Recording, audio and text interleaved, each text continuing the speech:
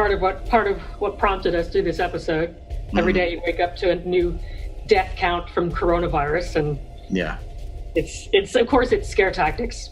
It's also interesting because the zombie apocalypse is essentially, a metaphor for mass death by disease. It's just in our nature to fear infection, to fear a sickness that, overtakes the population. And of course, one of the main threads for that kind of storytelling is actually the zombie story, which is interwoven into politics, into social class, which is, these are things we're actually going to talk about when it comes to zombie movies.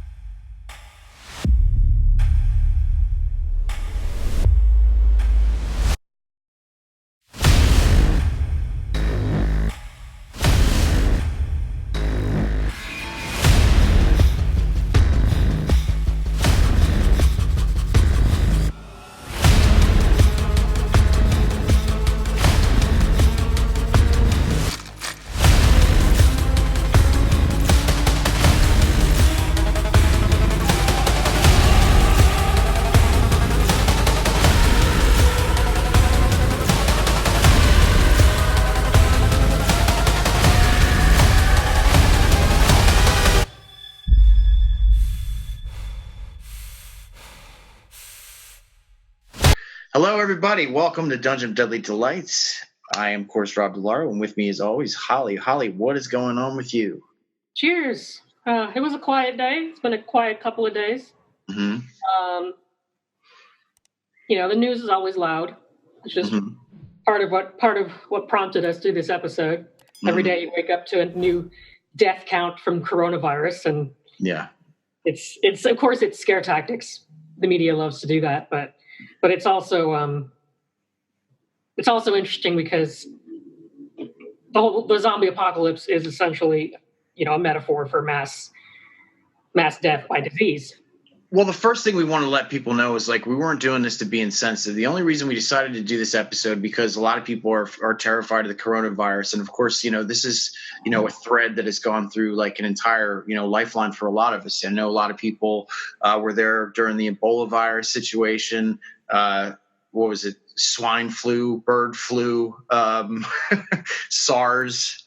It's just, it's just in our nature to fear infection, to fear, a sickness that, overtakes the population. And of course, one of the main threads for that kind of storytelling is actually the zombie story, which kind of also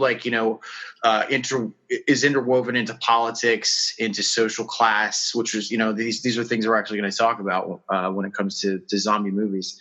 But what's really interesting, Holly, everybody, and there's a lot of weird shit going on. You got tons of earthquakes going on right now, volcanic eruptions, and all this shit. And it's and I'm thinking, and honestly, I'm thinking to myself, being in a souped up sports car, fighting for gasoline, or running around, finding a group of survivors and shooting, zombies in the head and stuff. This all seems really fucking appealing to me. And I don't know why that is, but I've been praying for a zombie apocalypse like rain. I have to be honest with you. Oh, I think we've all prepped for the zombie apocalypse at one point in our lives. We all know what weapon we would pick. We all know what we would do, what kind of food we'd eat, what friends we'd hang out with. Sure. Who to talk to, who to trust. Yeah, absolutely.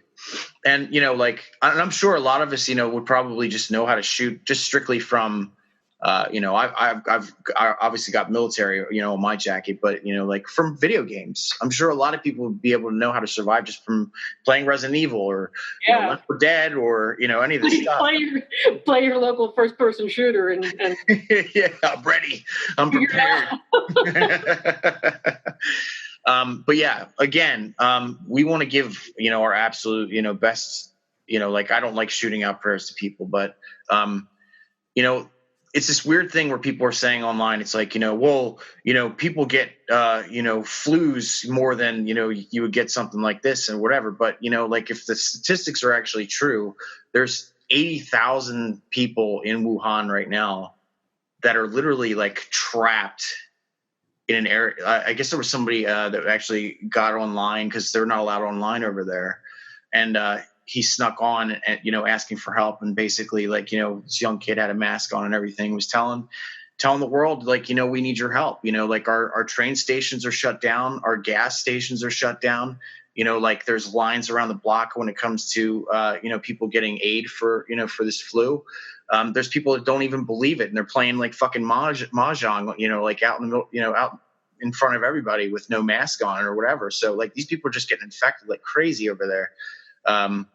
But yeah, I mean, this is just an opportune time to talk about zombie movies, I think. It's a convenient excuse because zombie movies are nothing if not a metaphor for mass extinction. So for sure, absolutely. Of course, as we said before, we're talking about zombie movies, and we've got a really nice list put together here. And we're not going to be able to get to every single one of them because the thing is, when it comes to our topics, we usually choose topics where it's just it's just an expansive list. You just can't get through it all. Of course, we'll give some honorable mentions at the end of the episode, but we really hope we touch on something that you guys actually enjoy because we fine tooth combed, this genre, and it's really, really difficult. I mean, the fact of the matter is, Holly, that, it wasn't even just George Romero, that he obviously helped craft this and stuff. But of course, when The Walking Dead came on TV, that really just changed the landscape for zombie storytelling. And there's just one after the other,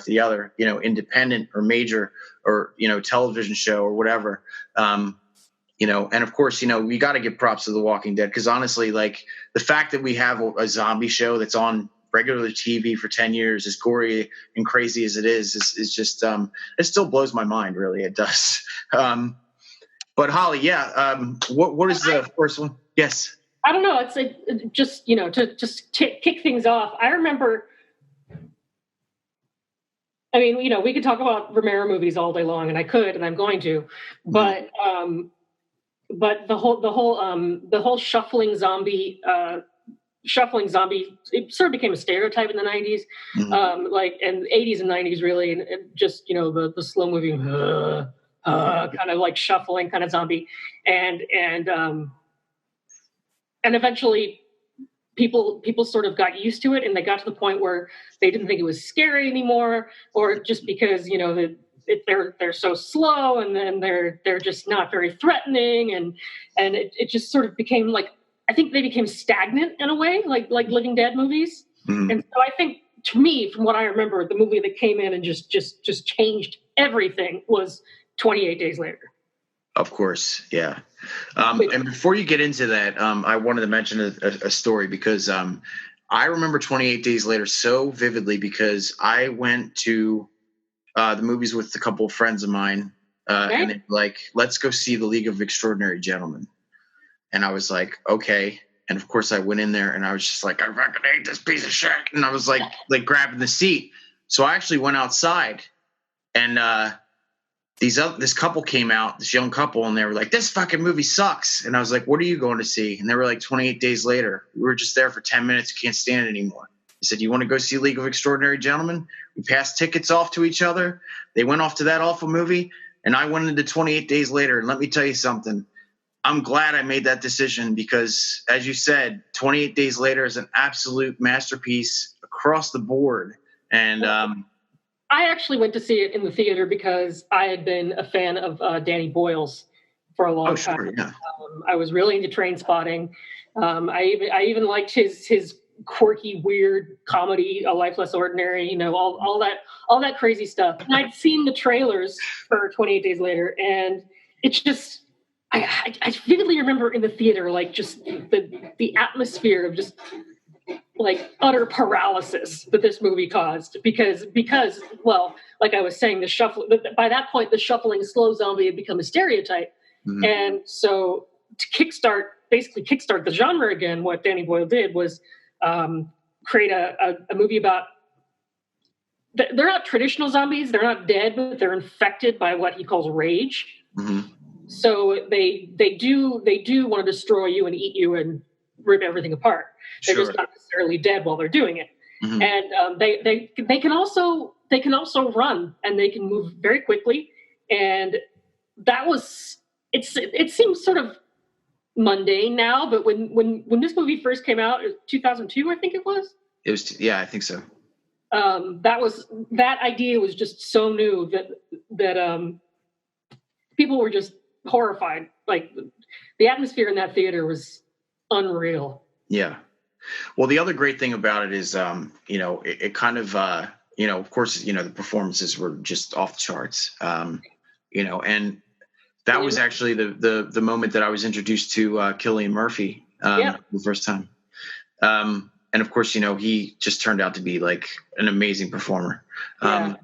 So it's kind of like two different things going on here. It's, obviously like a social commentary, but it's also a really great fucking zombie movie, which is really, really beautifully shot. And he never shows. He does the great technique of not showing too much of the zombie. Like when the zombies are attacking, or when they're running up the stairs, or when they crash through a window, all you see are flashes of red and rage and teeth, and like you don't really see much of anything. Yeah. You just know it's there to kill you. And also there's that one shot when the zombie crashes through the kitchen window, where it's actually from the point of view of the zombie running up to the house until that point. And that was, again, so revolutionary too. So it's just a masterwork. It really is. It really is. And, I'm also going to give props to 28 Weeks Later also. I did not see the sequel. Oh, it's fantastic. Of course, that was the first time, for me, Jeremy Renner came into the picture, and you just knew this guy was just going to be like a hell of an action star, All right. So since we're kind of like in UK territory right now when it comes to the apocalypse, I'm going to talk about one that, obviously a lot of people love and I think is very, very important, for the most part, because just like 28 Days Later was a game changer. Shaun of the Dead was definitely a game changer. Oh, man. And, the thing about it is, I was a huge space fan. I had the show on DVD. And I do, know where the origins of that came from. There was actually an episode where Simon Pegg's character, I think he was on, what the fuck was he on? Was he on Speed, I think? And he was actually like playing Resident Evil, and he like fell asleep. And then there was actually like, there was a moment where he was actually like, I guess he was dreaming, and, like there was actually zombies in the house. So you just see, the gun from his POV, and he's just moving this way and moving this way. They're just really, really well done. But of course, that was Edgar Wright's direction, and you just knew this guy was just gonna, just be phenomenal. I'm really looking for his recent one. What is it? Last Night in Soho or something like that? It's called, or something like that. I don't remember. When he's directing right now. But anyway, yeah. So this idea came from this show Spaced, and obviously it's important because it introduced a lot of us to the stylings of Nick Frost and Simon Pegg is like one of the greatest comedy duos there is. You know what I mean? Yeah. But, I think the other reason it's so important is because it was kind of like at that particular moment, a certain generation was being seen as like, slackers, and, they were no good, and they were just lazy and all this other shit. And it was just played so beautifully, like kind of like a Kevin Smith movie, like, when Clerks first came out, something like that. You know what I mean? Yeah, exactly. Like a Kevin Smith movie with zombies. Yeah, absolutely. Totally odd fellow. Even everything with like Simon Pegg's like boring cubicle job, and yeah, absolutely. But you just have this guy that's just, he's useless. He's absolutely useless. And he seriously like tries so hard to do the right thing, but he just like, he's got his head up his ass the whole time. So, like the whole time you're rooting for this, like this hero who's like not going to save your life. You know what I mean? Like everything he does is just wrong. Going to the Winchester is a bad fucking idea. Just everything that he comes up with is just an awful, awful idea. But he's just so charming, and of course, Nick's character, Ed is so charming. It's like you can't help but fall in love with them, but they're both absolutely fucking useless. And the other thing I love about it is it's like comedy all the way through. And then all of a sudden, when his mom turns, it like literally makes a complete 180, and it's complete horror at that point. it's literally just like that. You know what I mean? Instantaneous from comedy just to dead fucking serious. And it just gets gory and horrible, and it's great. Every moment of that last act is just fantastic. I feel like we have Shaun of the Dead to thank for the resurgence of "Don't Stop Me Now" by Queen. Yeah, who put on Queen? Kill the Queen. It's just, you know, what are they? I remember when they put it out, it was touted as like, you know, the greatest rom-com or something like that. That was like where that, you know, whole thing came in. But it's just so unique. You know, there's nobody that's going to be able to touch that. It's just, you know, it's on its own tier. And I'm sure there's people that have tried and just failed miserably, but it's just a pure classic, you know. And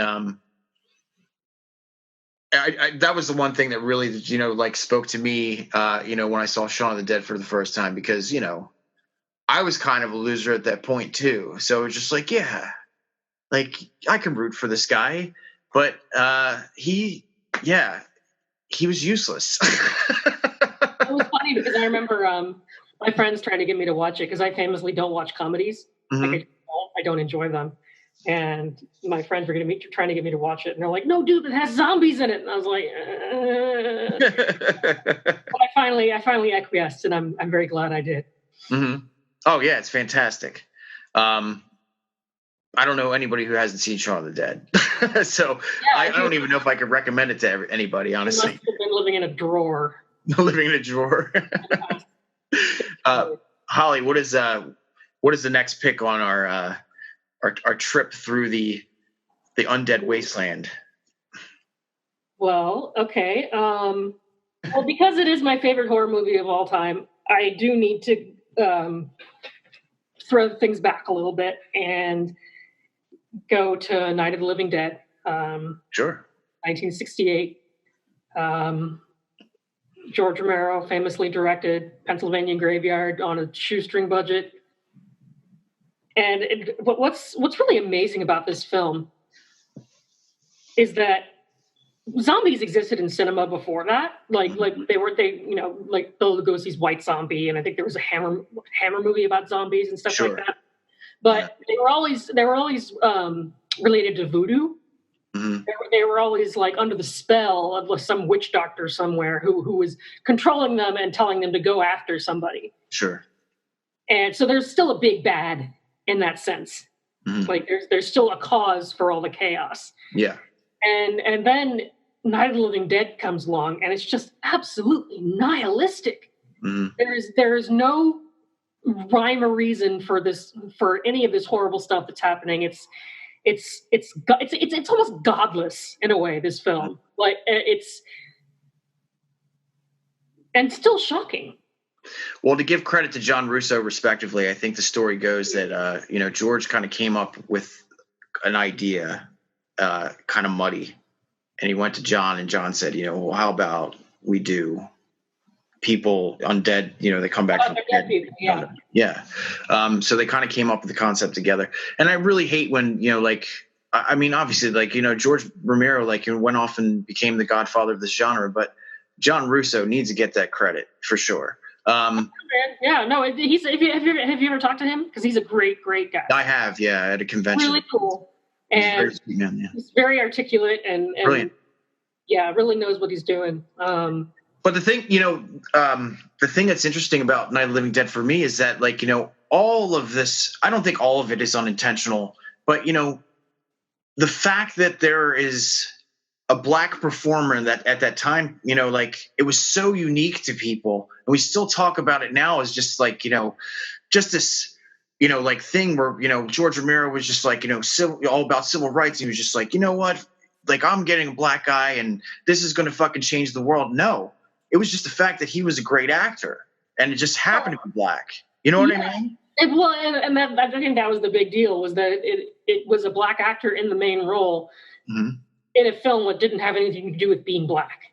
Oh my God. And how ballsy to have, you know, at that point in time, I mean, obviously it'd be a little different now, but, you know, to have this really powerful, like, you know, leader of a black man, like, smacking around a white woman, you know?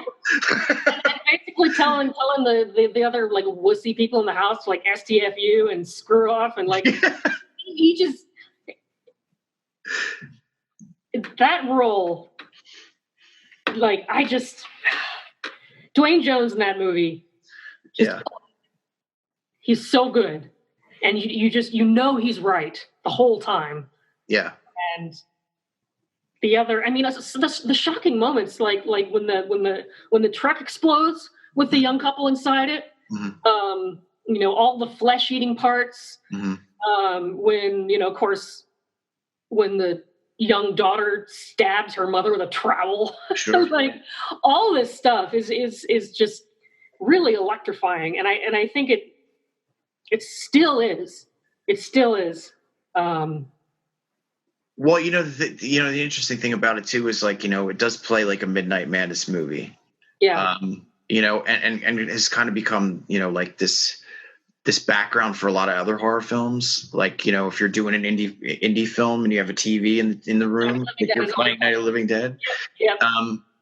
But it's just it's still so unique and special. Like every time I watch it, it's so beautifully done. And, like everything about the movie just sings. And you're right. Like, it is basically like, it is a godless film. And I think, this is kind of like the turning point for a lot of directors, especially, when it came to social commentary and just the fact of, like the start of the Vietnam War and stuff probably, and seeing all these really horrible shit on the news and things like that. So there's so many different factors that, that enter into it. But man, I mean, what can you say? It's a work of art. It really is. Yeah.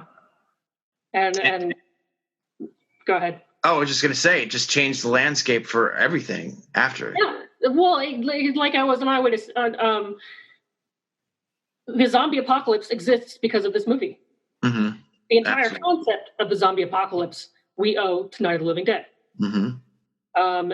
Now, when we say zombie, we think of the post-apocalyptic shuffling zombie, mm-hmm. and not the voodoo controlled hexed zombie. Sure. It's just such a power move to basically invent a genre, mm-hmm. within like the horror world, and not even know you're doing it. And exactly. And then 50 years later, which was 2018, 50 years later, people are still making the same kind of zombie movies, and it's still just, you can trace it all back to this one movie.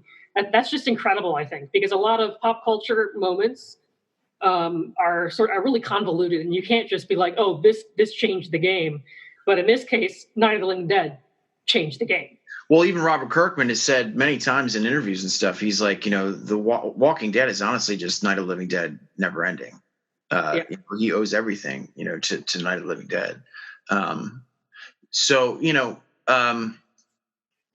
kind of piggyback off of yours, I guess I will go with my next pick, which is a film that Tom Savini actually was incited to direct because of George Romero. And because of this situation that happened with George Romero's company, and then, of course, the movie becoming public domain, and then they won that lawsuit, and I guess like the business had already closed down at that point. So, but he wanted to, I guess he wanted to like kind of redo it, for a different time period. And he went to Tom Savini, of course, to direct. And Tom Savini had a really, really difficult time, as the stories go. Was not an easy thing for him to do.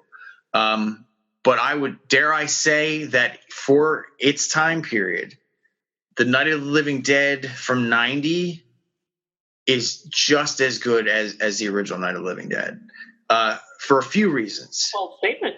I think it's bold. I don't disagree, by the way. Barbara, in the original Night of the Living Dead, when I watch it, it really it pisses me off. She's a block of wood. She doesn't do anything. She just sits on a couch and shivers the entire time. You know what I mean?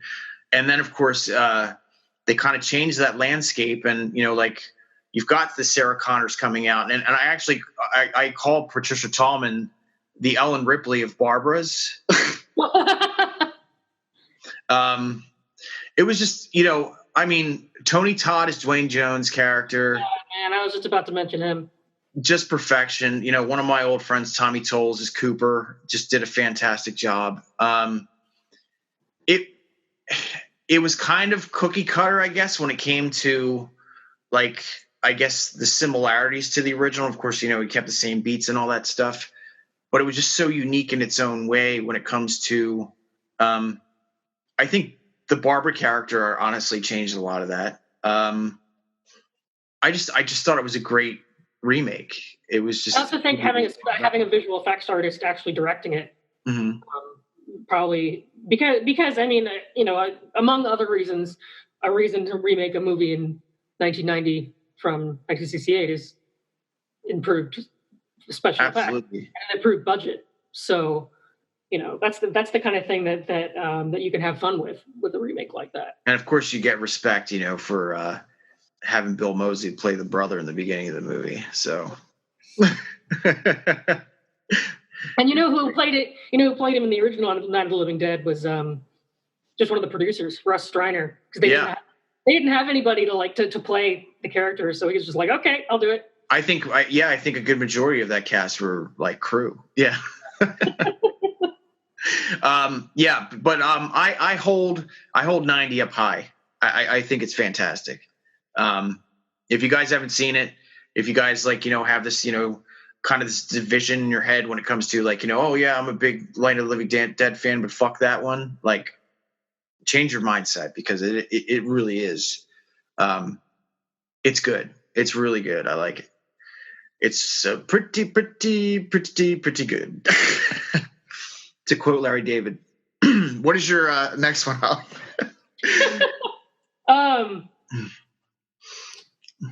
Well, we were talking about John Russo earlier.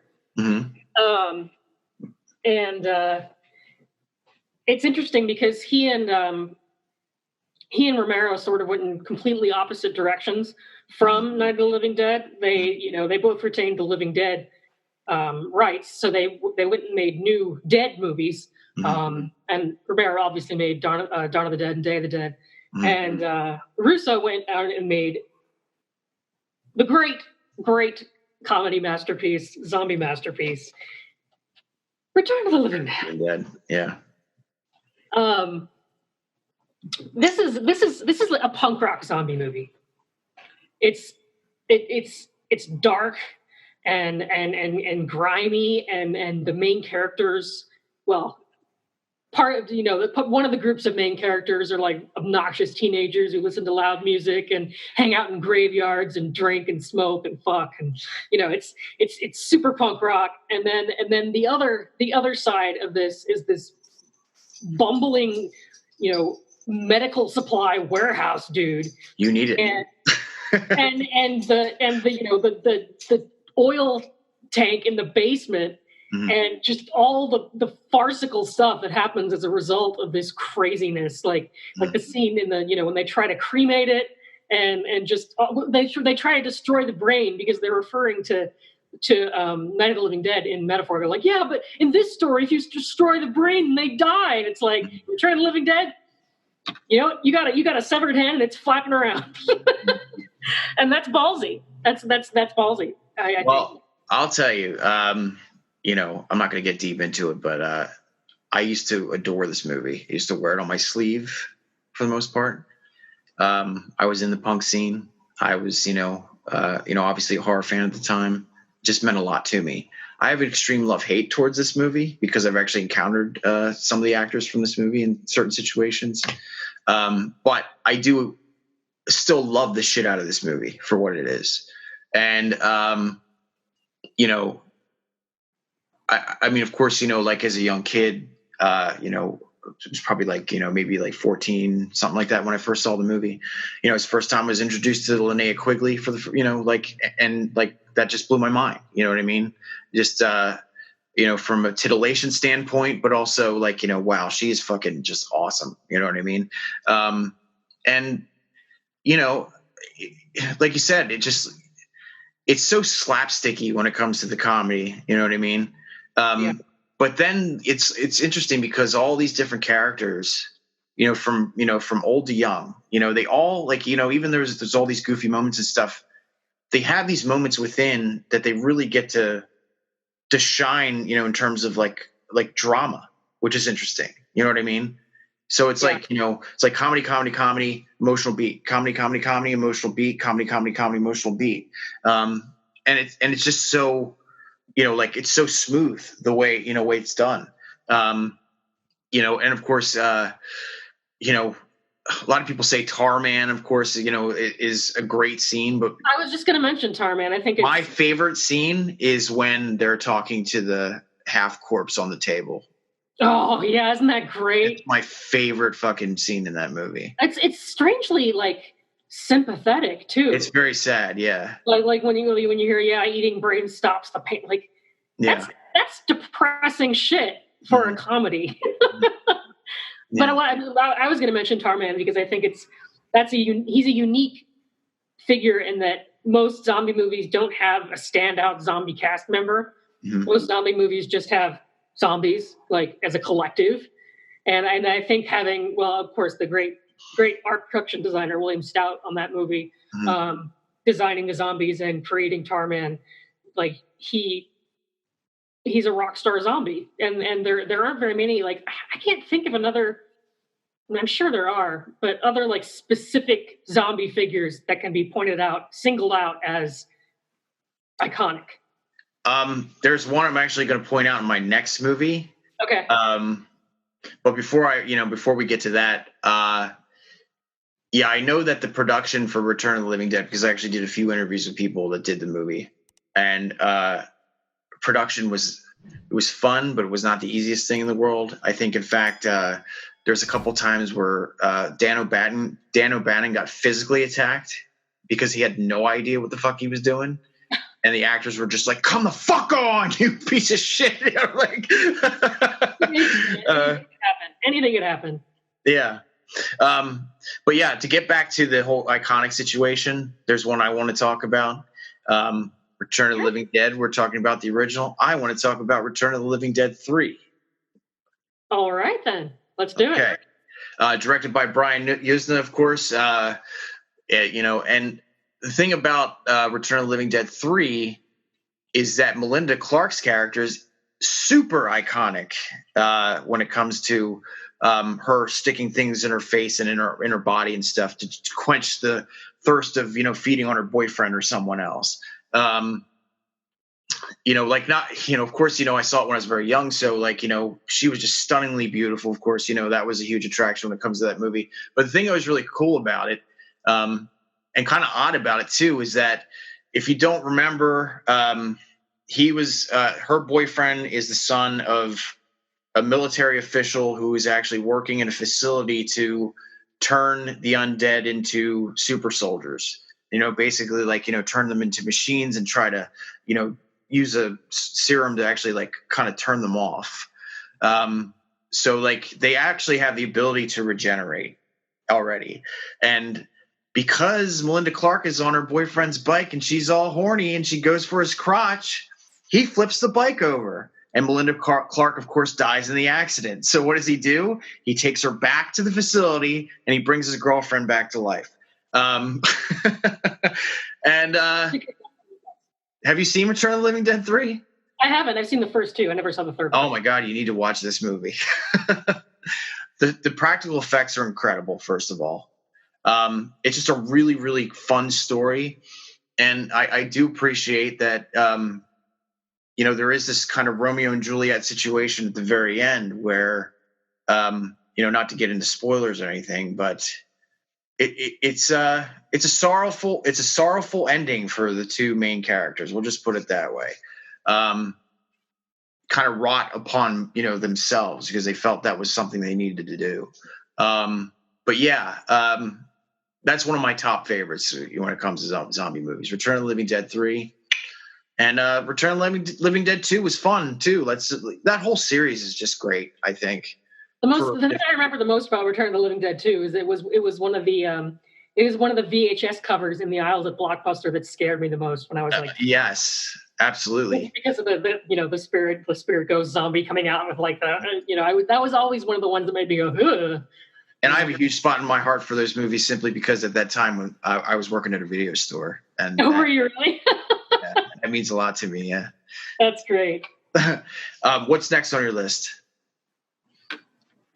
Well, I'm gonna swerve in a slightly different direction. Come back up to the present, and talk about a film that it was when Train to Busan came out. The Walking Dead had been on air for 5 or 6 years. People were well accustomed to the regular zombies and just almost, I don't want to say bored by them, but people knew what to expect when it came to zombies. Yeah. So why would a Korean movie come along and do the zombie thing so effectively that it becomes a standout film? Yeah. I think there are a couple of reasons that it stands out so much. One of the highest grossing movies in China too, wasn't it? It was. I'm not sure about China. I think it was. Yeah, I think when it comes to records, when it comes to films coming out in Korea and different areas, Malaysia and all that different stuff. I think it was actually it was a huge blockbuster over there. One of the highest there's ever been. Yeah. And if you haven't seen Train to Busan, I could see why. It's just wonderful. Yeah, like I mentioned, it's a Korean film, and they do it better than anybody. I think having it set on a train, obviously, adds to the sense of claustrophobia. Sure. With the zombies, changing cars, and that's always a really unique setup, and I think it really helps this film. I think it also plays into the idea that a lot of stories, kind of play into, and I'm kind of guilty of that myself, but because I've written a book series with that kind of same tone, but it doesn't involve a father that is so enveloped in his own work that not that he doesn't give a shit about his own child, but he's very selfish. And of course, there's this arc that kind of goes, through the movie where, he becomes the sacrifice, he knows what's important when it comes to. Well, it follows the classic theme of really the same thing that Shaun of the Dead did, is that these people are either unremarkable or way too involved in the real world, like their work, for example. And then, the tragedy or zombie apocalypse happens to come along and it completely changes their outlook on life. Right. And of course, the end where she sings the song that she wanted to sing to her father at the play that he neglected to see. Oh, man, I'm going to fucking cry, dude. That's what saves their lives. Mm-hmm. Because the soldiers were gonna shoot them until they heard that song. That's absolutely right. They were coming through the train station, and she sang, and then the soldiers put down their guns. I think the zombie effects are great. It's not. There's not too much CGI, so it's like what they do with the CGI is sort of make the movements of the characters unsettling. Mm-hmm. Like that opening scene with the deer, for example, when it sort of lurches up backwards and turns over and lands on the cement, that's creepy stuff. That's really effective, and they did it just by CGI making the movements really unnatural. And they do the same thing with the human characters on the train, I think, particularly the first girl who transforms. Well, I think the beautiful part about it too is, like we're saying about The Void and certain other movies, not a ton of exposition, but you feel like those characters right away. Yeah. It's just straight on. It's like, hey, this is this person, this is this person, this is this person. Nice to meet you. Here's the journey. Well, and because they're on a train, it's easy to a lot of the characters, are tropes, which is awesome. There's this particular kind of the baseball team, and then there's this really nice superstar like train guard and his pregnant wife, and just all the characters are really vivid. For something, and you're with them for a relatively short period of time, but they all stand out. And I was so happy to find that they're actually doing a sequel for that. So that world's going to continue. And if I'm not mistaken, that series is so big over there that there was actually a couple animes that came out. I think they made an animated prequel, which was on Shudder for a while. Yeah, Shudder. We should just have Shudder come across the. Why haven't they sponsored us yet? How many times have we mentioned that?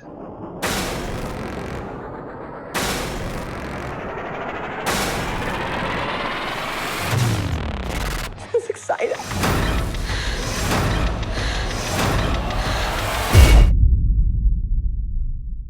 That is right, sponsored by Shudder. They did make an animated prequel to it. Yeah, and it's in the same way that they made an animated prequel to Ichi the Killer. That's right. Yeah, that's what I love about those like the Asian horror movies is they're not afraid to venture into animation. Americans associate animation with Pixar and babies. It's just tragic. Anyway, Train to Busan is wonderful. If you guys haven't seen it, we highly recommend that. We're going to travel across the other part of the world for a second for my next movie on the list, which is so influential when it comes to many things in its own right. Filmed in Spain, really changed the game when it came to zombies and the way we see them. Bringing kind of a demonic possession kind of situation into it. But we have to bring up Wreck. Wreck, yes, it's fantastic, and if you guys don't remember, there was actually an American remake called Quarantine with Jennifer Carpenter from Dexter, which wasn't bad, But the thing about Wreck that I love so much is, that there is this whole situation where, this reporter goes in with firefighters, into this building, and then, they're, being attacked or whatever. And, of course, you're thinking oh, it's just flesh eaters or whatever.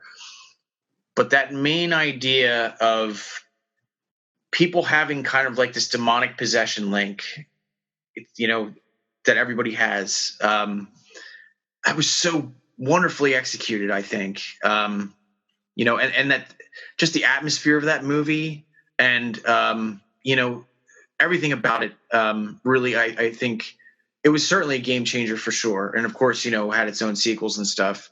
One in particular where SpongeBob gets eaten, which is really funny. But Wreck is just it's just amazing. And I'm drawing a blank, but that particular actress in that movie, in Spain, she really became like an Ellen Ripley, or she just became the hero of that particular stories that went on, and became this really serious action hero.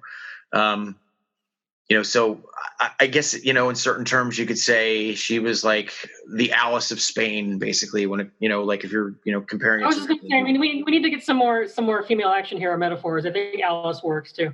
Yeah.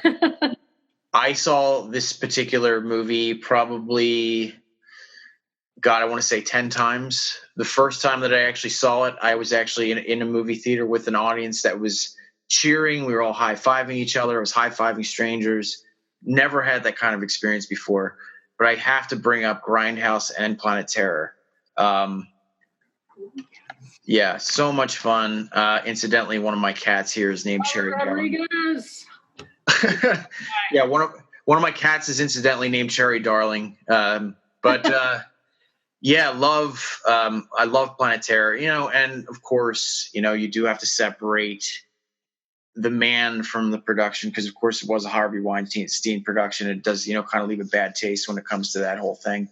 But from what I remember from Planet Terror is that it was just pure octane fun the entire way. And, it felt like a collaboration. It felt like Rodriguez and Tarantino were both working on this movie at the same, of course, Tarantino did Death Proof, which, was the second half of the movie.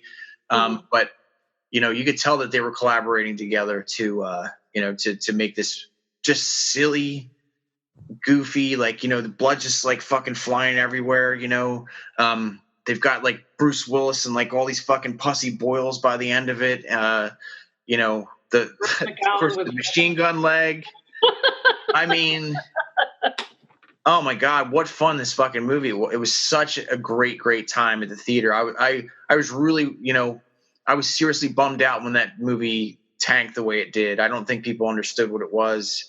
I love Grindhouse. Grindhouse as a combination, yeah. Nobody was prepared, I don't think. Yeah, because I remember what happened was it came out around Easter, and it came out around the same time as like an Ice Cube family film or something, and it just got ripped apart by this fucking thing, and it was just bad timing. Like, they put it out during Easter, and if I recall, I think another movie that was out at that time was 300, which was like, like just taking all the money, you know what I mean? It was just bad timing. I'm glad that it found the audience that it found now. But oh man, I hold that movie so high on a pedestal. I had so much fun at that movie. What's next on your list? Well, I think we should talk about the zombie in the room at this point. I think we should go with Dawn of the Dead, both Dawn of the Deads. Okay. I'll start with the original, and then you can go on with the Snyder one, I guess. Okay, sounds good. Yeah, Dawn of the Dead is, I want to say, the seminal zombie movie. Mm-hmm. Like, if you want to see a zombie apocalypse movie, you see Dawn of the Dead. Mm-hmm. It's sort of like, it's like a pop culture, like, zeitgeist moment. Sure, and it was made exactly 10 years after Night of the Living Dead.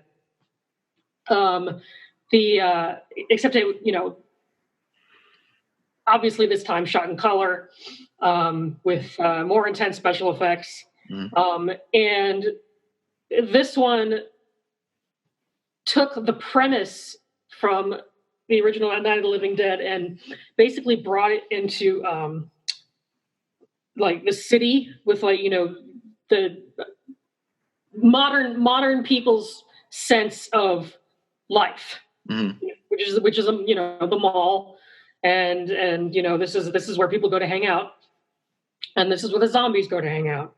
Well, it's definitely, as it's been addressed many times, it's definitely Romero's take on consumerism. Like, absolutely. We want to shop. So we're just going to go to the epicenter where we could buy shit. Yeah. Exactly. That's why you see all the zombies at the door just like they want to get in. I want what's in there, It's also a great setting. It's also a great setting for like a horror film. Because malls are, their malls are weird, man. Like, all the nooks and crannies and staircases and different stores. And one of my favorite moments in the movie is the biker gang coming through. With the cream pies, yeah. Yeah, I love it. Of course, played by the very young Tom Savini at that point, yeah. Yes, very young Tom Savini, mm-hmm. Yes. All four of the main actors in that film are awesome. Yeah. Obviously Kim Foray, but also Galen Ross and sure. David Emge and Scott Reiniger. Mm-hmm. They make a great team for the core surviving humans. Yeah, absolutely. Excuse me. I know they have a problem. Some people bitch about the blue zombie makeup, but I think it's charming. I really do too. I absolutely love it. Yeah. Holly and I, honestly, I think we agree for the most part. This is probably, I would say, in this genre, the best remake that there has ever been. Greatest remake.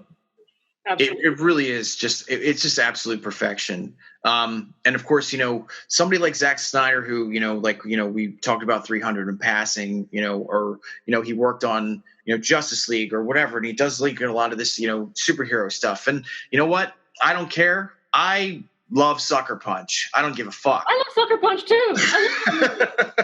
For anybody who shit talks Sucker Punch, man, that movie's awesome. Yeah, I really don't give a fuck what people think. I love fucking Sucker Punch. So I have an affinity for Zack Snyder stuff.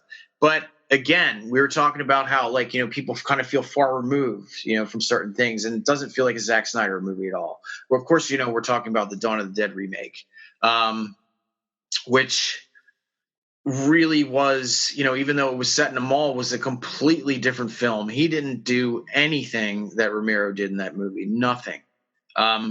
You know, maybe like, you know, little montages and stuff like that. You know, you see, you know, one of the guys, you know, the old men trying on high heels, and, you know, what you call it from Modern Family is, you know, like fucking the girl, like on, you know, the clothes rack and shit like that. And she's trying on lingerie and stuff. But for the most part, it was completely set apart from the original. Yeah. And of course, you know, we got to give credit where credit's due to James Gunn, who wrote that screenplay.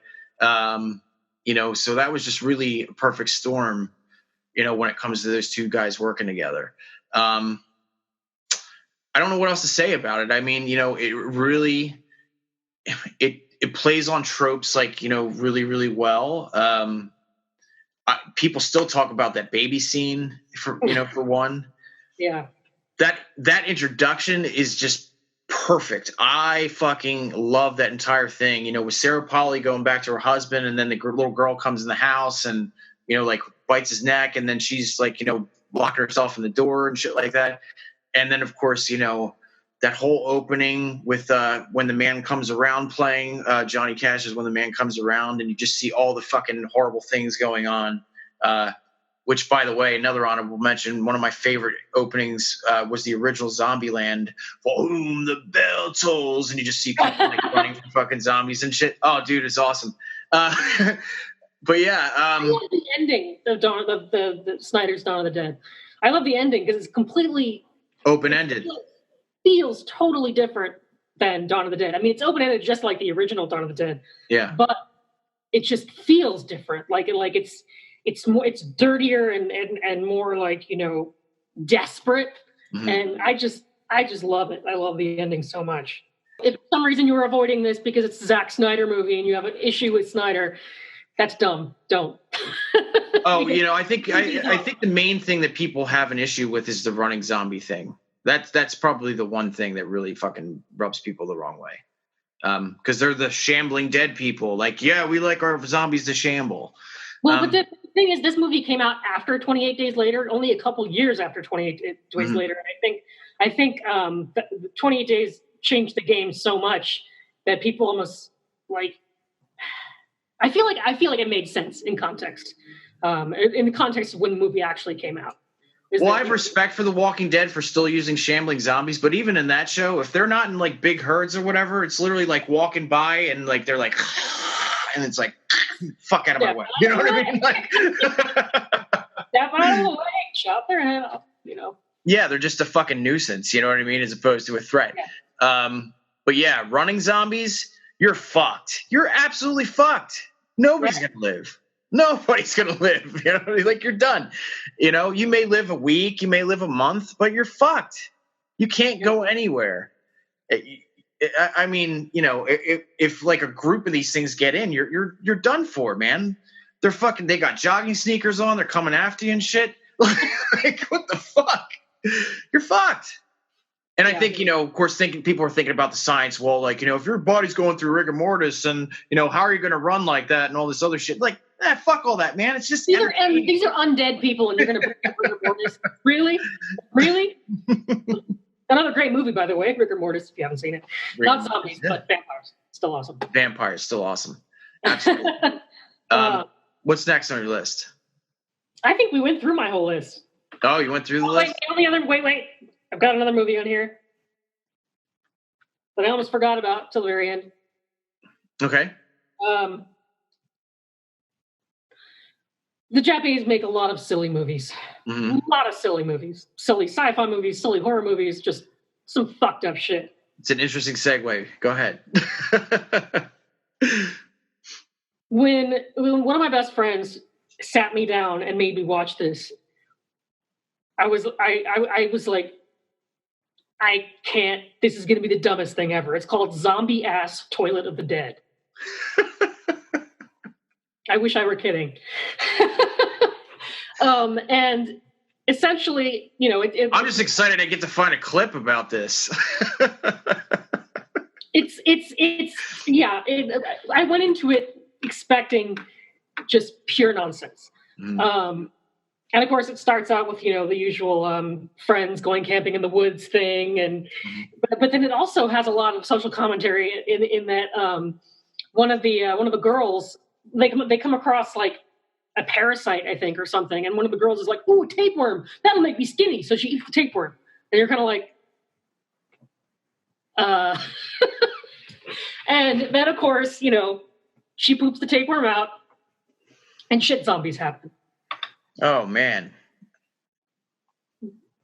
This movie is insanity from start to finish, and not always bad insanity. Like there are a lot of good action sequences, even though the zombies are covered in shit. And that's totally ridiculous. It's some of the action stuff is pretty badass, and by the end of it, I forgot I was watching a movie called Zombie Ass. Well, you know what? I don't feel bad because I saw a movie quite a few years ago called Zombie Strippers. And I saw that one too. What a great fucking movie that is. So much fun. It really is. Yeah. And you got Jack Jameson shooting cue balls out of her. That doesn't get any better than that. All right. So there's one I really wanted to talk about because obviously it did really well, but it doesn't get enough love as far as I'm concerned because I was really surprised from what I saw when it comes to, obviously it was, loosely based off the book by Max Brooks. And of course, like you went through the whole production situation. It was just like, this thing went wrong. This thing went wrong. This thing went wrong. This went horribly. This went horribly. And then of course, when you go to sit down and watch World War Z, oh my God, like entertaining as fuck. And Brad Pitt was just fabulous in that fucking movie, I thought, and I just love the idea of, like not even just like running zombies, but it was literally like, and like as soon as you get bit, you're one of them, What struck me about that movie too is that not just the running, but they behaved like insects. Yeah. In that they would run, and they would form clumps that were then stronger as a clump. Like barrel monkeys, yeah, exactly. It's like the thing that ants do when they go into an ant ball so they can survive like drowning or whatever. I forget what the exact science is, but it's something crazy. They cling to each other in a ball and so they can survive in a lake. Yeah, they form like Jenga pieces. Remember that scene with the helicopter? And they're like, That's exactly what this reminded me of. Yeah, and that's really cool. It's a new way to look at them, and I really. Plus, I gotta say, an adaptation from that book was gonna be hard regardless because a book that's told through news stories and dialogue and hearsay and all that kind of stuff, and then you have to have a coherent narrative in a film. That couldn't have been easy, Well, really great action set pieces. Just that scene in Israel where they're like, climbing together to, get across the wall, obviously. And the way they just fucking drop, like literally just drop. And you're thinking, like maybe they'll explode or they'll just die on impact or whatever. No, they get the fuck up on the other side of the wall as soon as they hit the ground. And it was just like another one of those things where it's like, there's no way you're getting away from that. There's no way you're getting away from that shit. Of course, we come to find out that, if you're sick, they won't mess with you, which I think was an interesting take. I love that last act. Very War of the Worlds-esque. Or Brad Pitt, like literally, like who the fuck knows what he injects himself with? But how he goes up against the glass and, of course, that one can't see him, ignores him because he's got an illness. Yeah, man, I was really hoping for a sequel for that. I don't think it's ever going to happen. Yeah, I have mad respect for Brad simply for wanting to take that on. And I think he did a bang up job. I really do. I think it's a really entertaining film. you know? Yeah.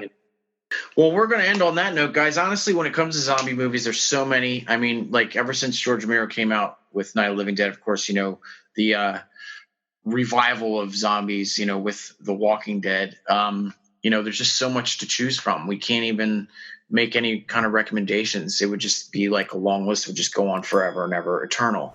You know, from, you know, comedies like Warm Bodies to The Horde to, you know, I mean, it's just like one after the other after the other. There's probably like 3,000 zombie movies out there, I would say. At least, yeah. But I feel like we touched the major ones. I agree. So before we go, we wanted to mention this also. We're doing a podcast. We talked about it briefly in our last episode. It's going to be called Dungeon After Dark. It's going to be a little bit off the beaten path as opposed to what we do here. We do follow YouTube regulations and we do make it a topical show. This is going to be more free flow. Like Holly and I want to talk about hentai. We want to talk about all these different things at length. It's going to be pretty fucking crazy. So if you guys love us, you love our personalities, then you're really just going to see us go fucking full throttle with the comedy and just, you know, it's just going to be completely free flow. It is for mature audiences. I assure you. Gonna get raunchy. And don't listen to us. It's gonna get raunchy. It's gonna get raunchy. It's gonna get stinky. But yeah, that's going to be available on iTunes and Stitcher and all that stuff. And we'll actually, you know, talk about that later as it comes along. It's going to be very, very soon. But yeah, I mean, again, we're in a situation where, like, you know, people, you know, fear the unknown when it comes to illnesses and things like that.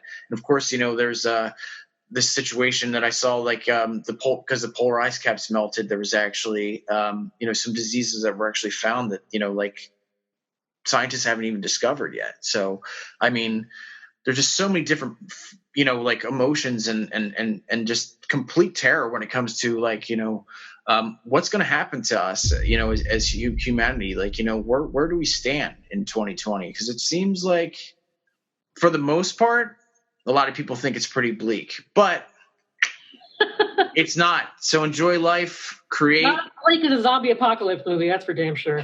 You know, we never know what's going to happen. Just enjoy life, create, you know, live. Don't live in fear. Don't be an introvert. Go out there, you know, enjoy the world. Don't be an introvert. I resent that. I agree that you need to enjoy the world, but not everything is as bad as it seems. All right. So from all of us at the Dungeon of Deadly Delights, we wish you a wonderful evening. Thank you, guys, and we'll scare you later. Talk to you soon. Mwah. Bye-bye.